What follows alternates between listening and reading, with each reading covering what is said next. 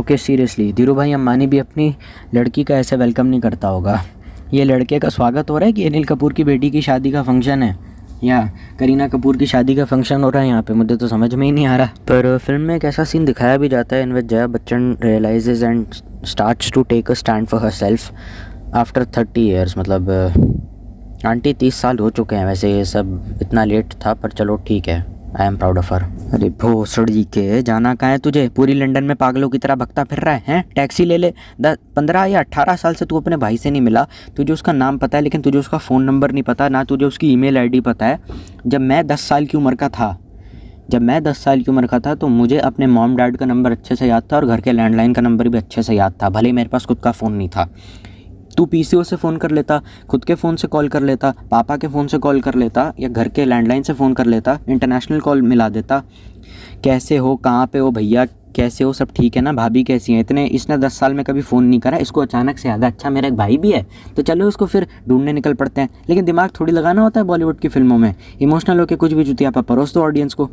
Film के अंदर एक ऐसा सीक्वेंस भी दिखाया जाता है, एक ऐसा सीन भी दिखाया जाता है जिस वजह से फैमिली डिस्प्यूट की वजह से ऋतिक रोशन और शाहरुख खान बचपन में ही काफ़ी अलग हो गए थे। और एक्सप्रेशन तो देखना हमारे इस प्यारे लौंडे के, चिकना, ओहो क्या एक्सप्रेशन दे रहा है, देखो ज़रा। एज़ पर मूवी शादी हो जाती है शाहरुख खान के और काजोल की। वो लिटरली अपने बेटे और अपनी बहू दोनों की विदाई कर देती है बिना कुछ भी कहे, बिना उन्हें किसी भी तरीके से रोके, बिना उनके लिए स्टैंड करे, उनके लिए किसी भी तरीके का स्टैंड लिए या अपने पति से कोई लड़के या झगड़ा करके। मतलब कितनी ज़्यादा स्टूपिड चीज़ है। अगर तुम अपने बच्चों से सही में प्यार करते हो, उन्हें घर से डिसोन किया जा रहा है in spite of being an orphan, दोनों को किया जा रहा है। मतलब मैरिड लाइफ है, कहाँ जाएंगे बेचारे। और जया बच्चन ने स्टैंड भी नहीं लिया अपने बड़े वाले बेटे के लिए, उसने बस ऐसे ही एक्सेप्ट करके। और ये क्या हो रहा है, मुझे कोई समझाएगा इस वाले सीन में प्लीज़? मतलब अगर सही में मैं उसकी जगह पे होता है वो definitely taken a stand from them, और मेरे को यही कहना चाहिए था कि अमिताभ बच्चन को निकालो उस घर से, क्योंकि वही एक जो है डिज़र्व करता है। तो और अब एंट्री होती है यहाँ पर करीना कपूर की, जो काजोल की बहन है। Hands down the most unrealistic and dramatic introduction of any heroine that I ever saw. She is the mother of all Gen Zs, sassy girls and south Bombay girls का मतलब प्रॉपर जेंजी वाली वाइब देती है। ये सबसे पहली थी ये लड़की बिना नहाए बिना हाथ मुँह धोए सीधा सुबह उठते ही गाने पे अपना पिछवाड़ा मटका के शकीरा की तरह वक्का वक्का करने लगती है। इतनी एनर्जी सुबह उठते किसी के पास कैसे आ जाती है मुझे तो पता नहीं चलता, भिलाई लंदन हो इंडिया। और सुबह उठते ही मतलब बिना नहाए बिना मुँह धोए सीधा बालों में हेयर ड्रायर लगा के हद से ज़्यादा मेकअप करके सीधा कॉलेज चले जाती है। और कॉलेज इन कपड़ों में जाती है, और बैकलेस क्रॉप टॉप पहन के माइक्रो मिनी स्कर्ट के साथ कॉलेज जाती है। बहन इतना सारा मेकअप एशियन पेंट के डब्बे में मुँह डाल लेना अपना। तू कॉलेज जा रही है या तेरे दोस्त की संगीत के फंक्शन में जा रही है, ये इंगेजमेंट है या तेरी खुद की शादी हो रही है? ना तुझे कोई डेट पे जाना है। और साला कौन होता है जो पर्स लेकर कॉलेज जा रहा है? She never carry books. College जा रही है तो बुक्स अपने साथ कैरी नहीं करती, लैपटॉप कैरी नहीं करती, neither a bag with her self. तो मतलब लेक्चर्स के टाइम पर नोट्स वगैरह कैसे लेगी? बाहर सैफ अली खान खड़ा है इसके इंतज़ार के लिए। कोई भी फॉरेनर ऐसे कपड़े पहन के कॉलेज नहीं जाता है, neither an NRI nor a local. Web stripper थोड़ी हो तुम साले। वहाँ की लड़कियाँ प्रॉम पे जाते वक्त भी ऐसे कपड़े नहीं पहनती हैं। और मैंने छोटे कपड़े वाली बात से मैं किसी लड़की का कैरेक्टर असैसिनेशन नहीं कर रहा हूँ। मैं ये नहीं कहता हूँ कि जो लूज़ कैरेक्टर की लड़कियाँ होती हैं छोटे कपड़े पहनती हैं वो, मैं ऐसा नहीं कहता हूँ, मैं ऐसा नहीं कह रहा हूँ, मैं इसकी जस्टिफिकेशन दे दूँगा। वहाँ की लड़कियाँ प्रॉम पे जाते वक्त भी ऐसे कपड़े नहीं पहनती हैं। कॉलेज इवेंट या पार्टी पे शायद स्कर्ट पहन सकती है पर इतना रिवीलिंग बिल्कुल नहीं होता।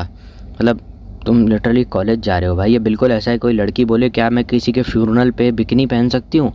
भाई कॉमन सेंस है, तुम्हें कानून चाहिए इसके लिए, you simply need common sense.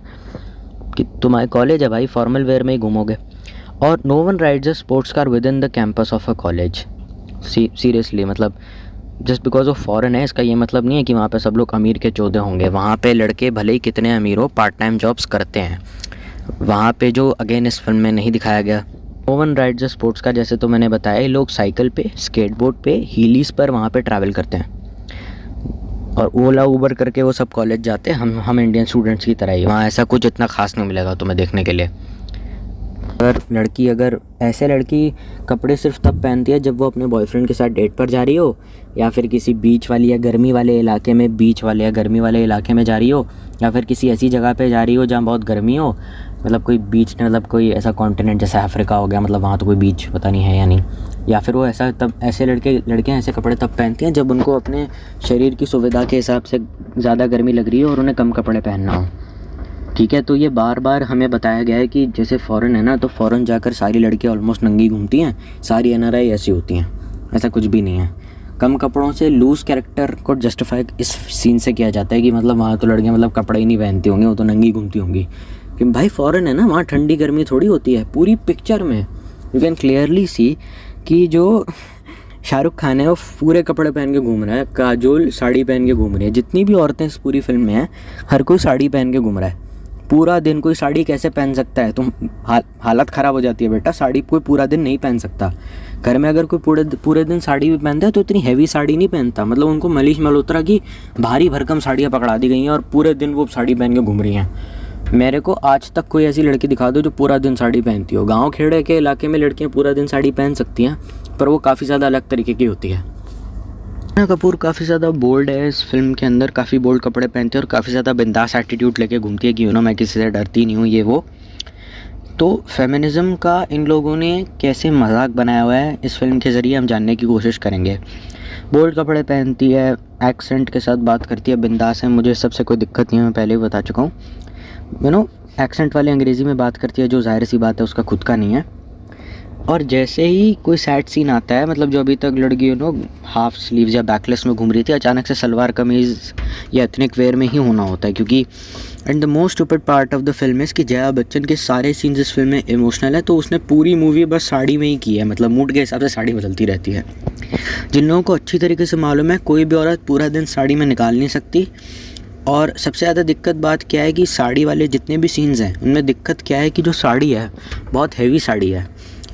गांव में भी बहुत सारी औरतें साड़ी पहनती है, पर वो बहुत ज़्यादा अलग तरीके की, अलग वैरायटी की होती है, लाइट साड़ी होती है। इसने इतनी हैवी साड़ी पूरा दिन पहन के नहीं यार, औरतें कंफर्टेबल हो भी नहीं सकती। मतलब ये तो बिल्कुल ऐसी बात है जस्ट बिकॉज हम मर्द हैं तो क्या सारे लड़के या जितने भी लड़के हैं सारा दिन क्या मतलब कुर्ते पजामे में घर में घूमते रहते हैं? हम घूम ही नहीं सकते, टाइट होता है यार, कंफर्टेबल। वही मैं कह रहा हूँ, सारे दिन कोई औरत कभी साड़ी में नहीं घूम सकती। सलवार कमीज़ में लड़कियाँ अपने घर में घूम सकती हैं। जया बच्चन के सारे सीन्स इस फिल्म में साड़ी में इसीलिए रखे गए हैं क्योंकि जस्ट बिकॉज वो इमोशनल है और कोई रीज़न नहीं है।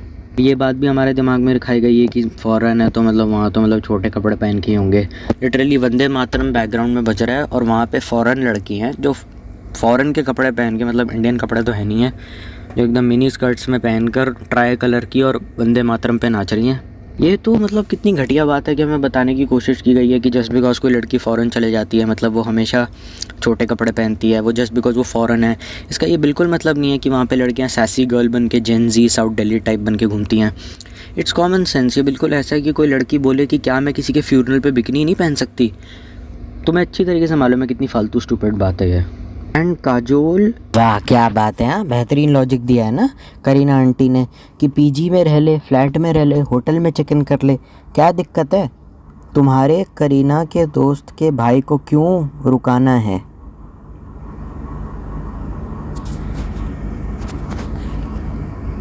मुझे इस फिल्म को एडिट करते हुए लगा कि शायद ये जो फ़ोटो है ना, मतलब मुझे लग रहा है कि शायद अक्षय कुमार की है, maybe I am wrong.